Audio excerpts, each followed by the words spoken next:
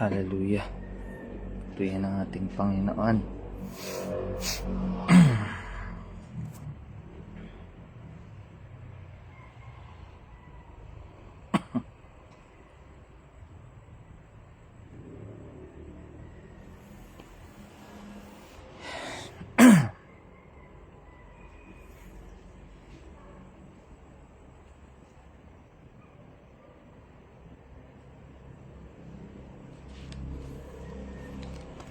Hallelujah. Hallelujah. Muli sa mapagpalang umaga po sa ating unay higit sa ating Diyos na buhay. Pangalawa po sa inyo, aking mga kapatid, nasa saan man po tayong dako ng mundo, nasa Pinas man or overseas. Pagpalay po tayo ng Panginoon at patuloy po nating sama-sama nating papupurihan ang ating Panginoon sa umagang ito. Hallelujah. Bago nga pong lahat, tayo po muna, isabayan niyo po akong umawit para sa ating Panginoon.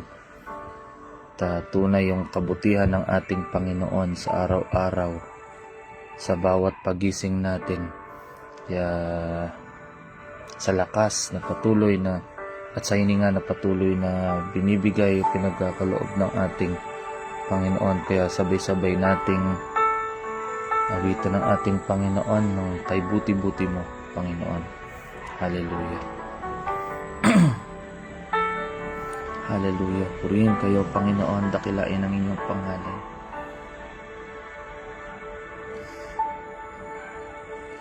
Buti-buti mo, Panginoon,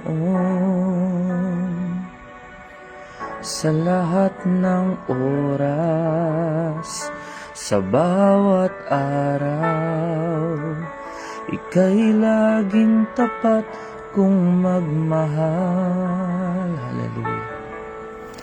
Ang iyong kaawa ay magpawalang hanggan. Kay buti-buti mo, Panginoon. Buti-buti mo, Panginoon, sa lahat ng oras. Hallelujah. Sa bawat araw, ika'y laging tapat kung magmahal. Ang iyong kaawa ay magpawalang hanggan. Pinupurit, sinasamba kita, Panginoon. Purit, sinasamba kita,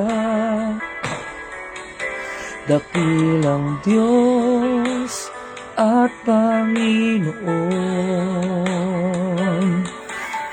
Tunay ngang ika'y walang katulad, tunay ngang ika'y di nagbabago. Mabuti ang Diyos na sa atin ay nagmamahal. Hallelujah. Purihin kayo, Panginoon. Buti-buti mo, Panginoon, sa lahat ng oras, sa bawat araw, ika'y laging tapat kung magmahal. Hallelujah. Ang iyong kaawa ay magpawalang hanggan. Sabi-sabi tayo, mga kapatid.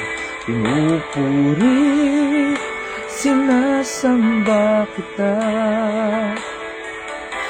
dakilang Diyos at Panginoon. Tunay ngang ika'y walang katulad, tunay ngang ika'y di nagbabago. Mabuti ang Diyos na sa atin nagmamahal. Pinupuri, sinasamba kita, dakilang Diyos at Panginoon. Tunay ngang ika'y walang katulad, tunay ngang ika'y di nagbabago. Mabuti ang Diyos na sa atin nagmamahal. Sa uli kong pagkakataon, pinupuri, sinasamba kita, dakilang Diyos at Panginoon. Tunay nga ika'y walang katulad, tunay nga ika'y di nagbabago. Mabuti ang Diyos na sa atin ay nagmamahal. Mabuti ang ating Diyos. Hallelujah. Hallelujah. Purihin kayo, Panginoon. Hallelujah. Hallelujah. Mabuti ang Diyos sa atin ay nagmamahal. Hallelujah. Sabay-sabay natin pong purihin ang ating Panginoon. Hallelujah. Purihin kayo, Panginoon, sa inyo pong pinakamataas na papuri, pinakamataas na parangal, pagluwalhati, pagdakila, pasasalamat. Hallelujah. Purihin kayo, Panginoon. Hallelujah. Maraming salamat, Panginoon, sa presensya nyo, Panginoon, sa mayamang pagsama nyo sa bawat isa. Maraming salamat po, Panginoon, sa kabutihan ninyo, sa katapatan ninyo at sa kadakilaan nyo sa aming mga buhay. Kaya patuloy namin kayong papupurihan, Panginoon, at dadakilain. Maraming salamat po, Panginoon. Muli maraming salamat po, Panginoon, sa panibagong araw, Panginoon, sa panibagong umaga, sa lakas, Panginoon, na patuloy niyong pinagkakaloob sa bawat isa. Maraming salamat po, Panginoon, dahil patuloy niyo kaming binibigyan, Panginoon, ng pagkakataon, Panginoon, sa mga katulad ng mga ganitong gawain, Panginoon, na patuloy namin kayong mapupurihan, Panginoon, mapapasalamatan, dahil marapat lamang, Panginoon, na kayo'y aming purihin at sambahin sa Espiritu at katotohanan. Maraming salamat po, Panginoon. Dalangin po namin na pakalinisin po ninyo ng inyong banal na dugo ang aming puso't isipan. Ano man po yung aming mga nagawang di naging kalugod-lugod, Panginoon, tunay na hindi po kami karapat-dapat, Panginoon. Ngunit maraming salamat sa inyong biyaya, Panginoon, sa inyong biyaya at habag na iginawad sa bawat isa na inyong mga anak. Dalangin po namin, Panginoon, na patuloy kayong magpahayag sa umagang ito. Ako na inyong lingkod ay patuloy nyo lamang itago sa inyong banal na likuran. Patuloy yung kayo lamang yung maitaas, Panginoon, sa oras na ito, at patuloy kayong magpahayag ng mga panibagong revelasyon sa bawat isa. At dalangin po namin na patuloy yung pag-isahin, Panginoon, sa isang espiritu ang iyong mga anak, bagamat kami man po'y nasa online, magkakalayo, Panginoon. Dalangin po namin na patuloy nyo kaming pag-isahin, Panginoon, sa isang espiritu, at naway patuloy na kayo yung maitaas sa aming mga buhay. Dalangin po namin patuloy na pagsama ng inyong banal na espiritu. Maraming salamat po, Panginoon. Sa inyo po namin tinataas, pinagkatiwala ang lahat ng ito, at palagi mangyari ang kalooban niyo pong masunod sa aming mga buhay. Sa inyo pong pinamataas na papurit, pasasalamat sa pangalan ni Jesus. Amen. Amen. Hallelujah. Purihin ang ating Panginoon. Muli, isang mapagpalang umaga po muli dito po sa Pilipinas. Ako nga po pala si Brother J.V. Losada, on behalf of Door of Faith Church Abu Dhabi, sa pangunguna ng ating Pastor Nervin Javier. Purihin ang ating Panginoon. Kamusta po kayo, mga kapatid? Purihin ang ating Panginoon. Patuloy tayong palakasin at pagpalain ang ating Panginoon sa umagang ito. At ating pong pag-uusapan ang mga talatang ito na makikita. Pamilyar na po, alam ko po, sigurado ako na pamilyar na po tayo sa talatang ito. Ito po yung makikita sa aklat ng Mateo, Kabanata 6, talata 33, or sa Matthew chapter 6 verse 33. Hallelujah. Purihin ang ating Panginoon. Kung kayo po yung may mga Biblia, kayo po yung makipagbuklat, samahan niyo po akong magbasa sa aklat ng Matthew chapter 6 verse 33. Purihin ang ating Panginoon at aking pong babasahin. Ang sabi po dito sa Matthew chapter 6 verse 33, kaya unahin ninyo ang mapabilang sa kaharian ng Diyos at ang pagsunod sa kanyang kalooban. At ibibigay niya ang lahat ng pangangailangan ninyo. Ulitin ko po, kaya unahin ninyo ang mapabilang sa kaharian ng Diyos at ang pagsunod sa kanyang kalooban, at ibibigay niya ang lahat ng pangangailangan ninyo. Purihin po ang ating Panginoon sa pagkakabasa. Ang talatang ito ay pinangagatan po pong huwag mag-alala. Huwag mag-alala / magtiwala sa Panginoon. Dahil yung talatang ito po ay tungkol sa pangangaral. Yung mga panahon na ito ay nangangaral po ang ating Panginoon sa bundok. At tinalakay po pinangaral ng ating Panginoong Hesukristo yung tungkol sa pag-aalala. Ito po yung bahagi nito. Yan. Ano po natin dito? Magamit ito po yung natalakay ko po nung nakaraang nung last week dito po sa ating church. Yung tungkol po dito sa kaharian ng ating Panginoon. At sa talatang ito ay binibigyan din ng diin ng ating Panginoon na mas mahalaga tayo kesa po sa mga meron dito sa sanlibutan, tulad ng mga hayop, yan, ibon, bulaklak na inaalagaan ng Diyos. Kasi sa ating mga tao, sa laman ay pagka dumarating yung panghina, minsan mapapaisip tayo yun sa pag-aalala. Nandun yung pag-aalala lalo sa mga material na bagay.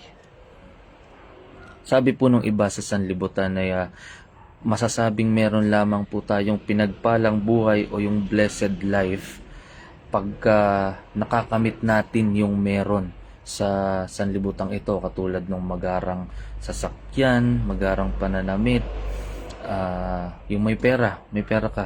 Ganun yung yung mindset ng ating ng mga tao sa sanlibutan ito.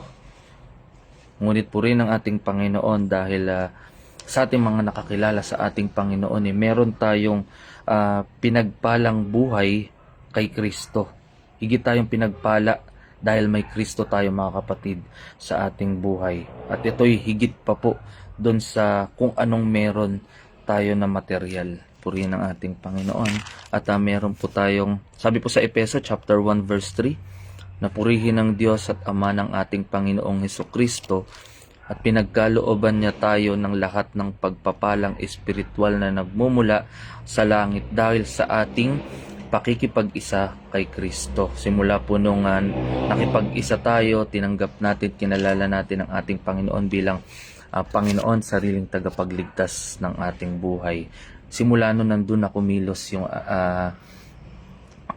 ang ating Panginoon at pinaranas niya yung kanyang biyaya at habag sa atin, mga kapatid. Sabi pa doon sa ibang version ng Mateo chapter 6 verse 33 ay higit sa lahat ay pagsumikapan natin. Yun po yung sa ibang salin ng Biblia. Kasi karaniwan po minsan nakikita ko po yun sa sa mga post sa Facebook, 'di ba? Yung dulo lang karaniwan yung kiniklaim agad yung dulo ng talatang ito, na sabi, at ibibigay niya ang lahat ng pangangailangan ninyo. Minsan nakakalimutan na natin yung sa first part, no? Yung sabi, yung kaya unahin natin na mapabilang sa kaharian ng Diyos at pagsunod, at ang pagsunod sa kanyang kalooban. Meron po tayong 3 puntos po dito.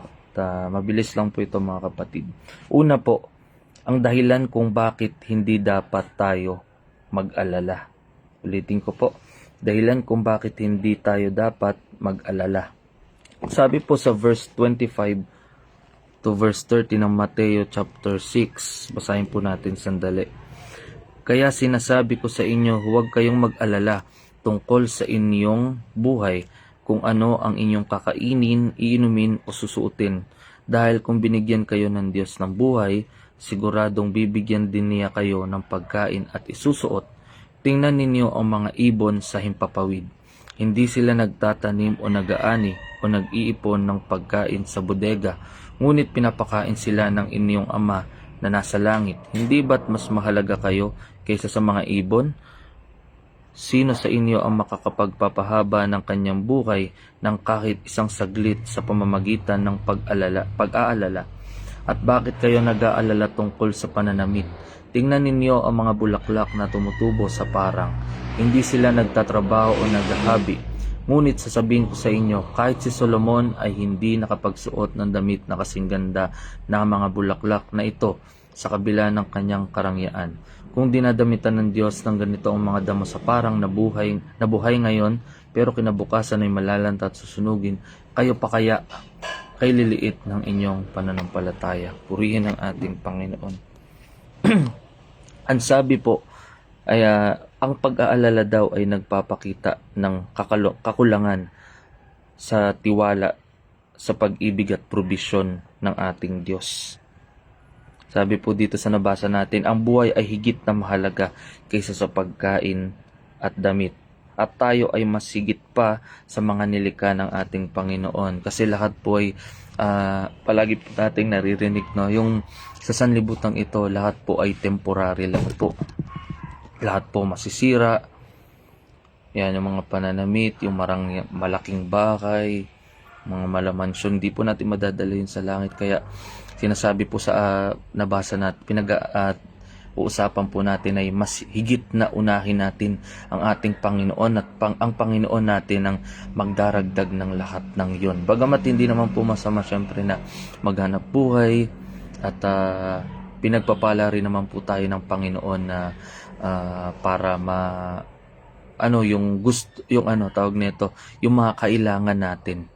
Minsan meron po ako nabasa na minsan nagtataka tayo na bakit hindi dinirinig ng ating Panginoon. Halimbawa, pipray po natin na magkaroon tayo ng sasakyan. No? Yung pala kaya hindi po sinasagot ng ating Panginoon yung ating pinapanalangin na yun. Kasi hindi ka naman pala marunong mag-drive. Kaya sabi nga, di ba, kung ano lang yung kailangan natin, yun yung ipagkakaloob sa atin ng Panginoon. Kaya minsan kung hindi man pinagkakaloob yun ng ating Panginoon ay tawag nito, ibig sabihin hindi yun yung kalooban ng ating Panginoon para sa atin. Tandaan po natin, sabi sa Jeremiah chapter 29 verse 11, di ba? Palaging may magandang plano ang ating Panginoon.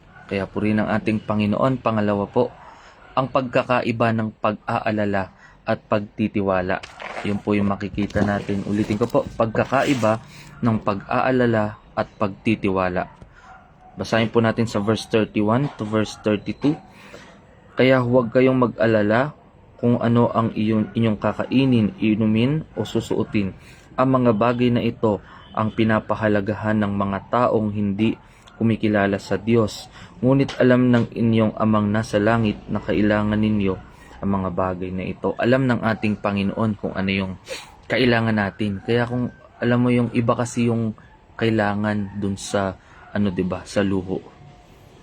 Kaya sabi dito, alam ng ating Panginoon kung ano yung mga kakailanganin natin. Kaya yung biyaya ng ating Panginoon ay sapat at higit sa ating pang-araw-araw.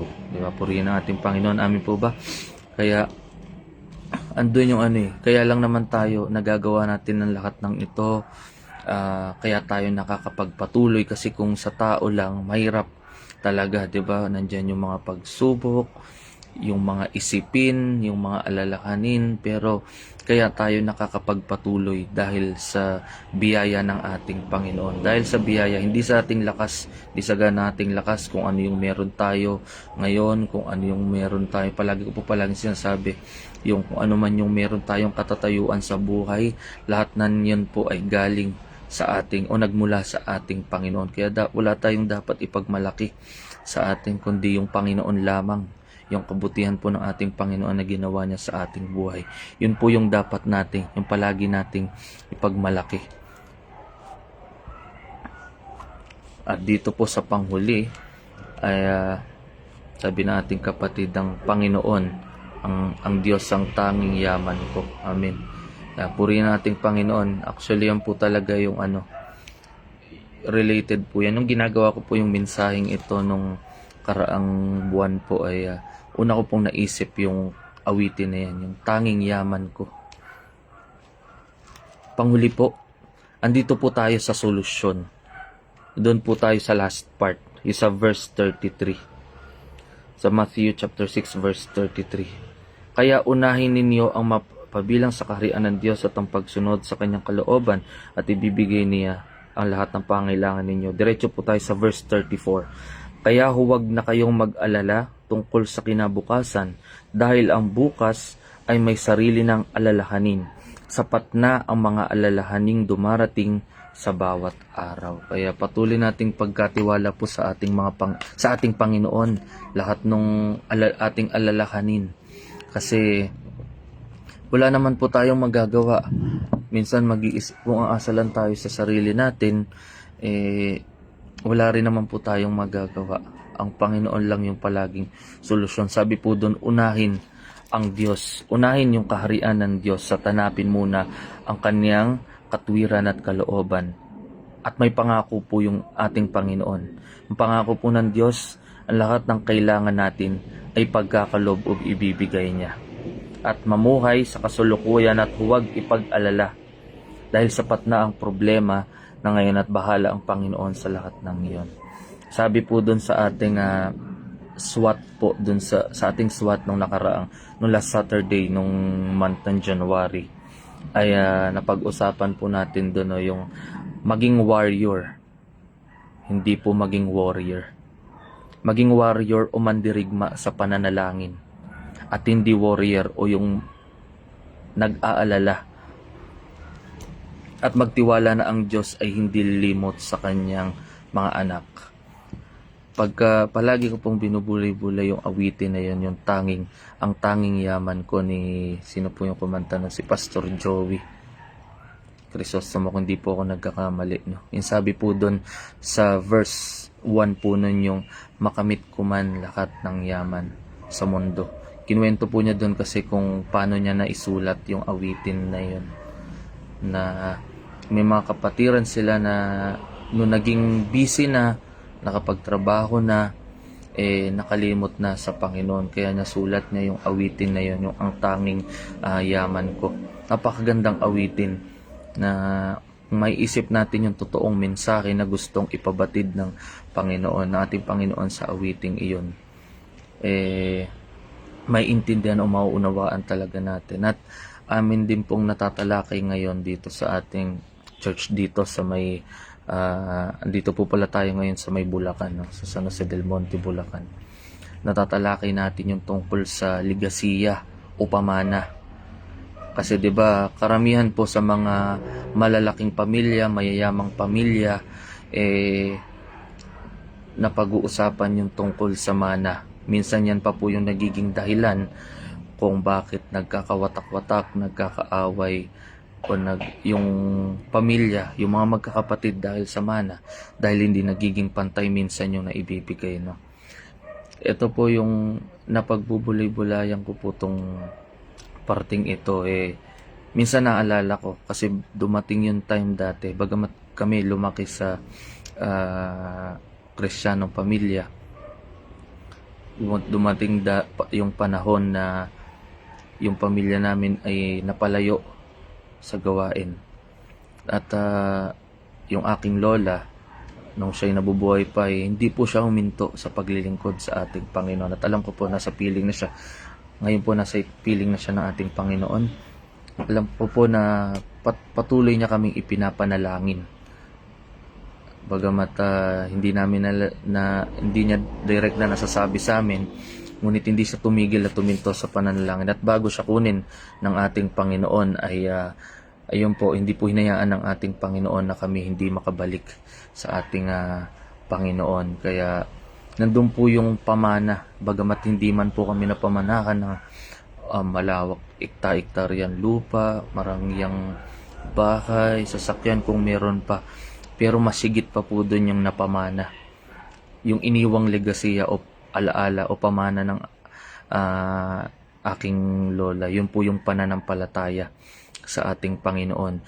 Kaya yun din po yung sabi po, di ba, na isa lang, kung mag-isa ka man na mananampalataya sa buong pamilya nyo, huwag po kayo mawalan ng pag-asa. Dahil sabi po ng Panginoon, 'di ba, lahat isa man sa pamilya ay mananampalataya, tayo'y ililigtas ng ating Panginoon. At maniwala tayo na gagamitin po tayo ng ating Panginoon sa ating buong pamilya.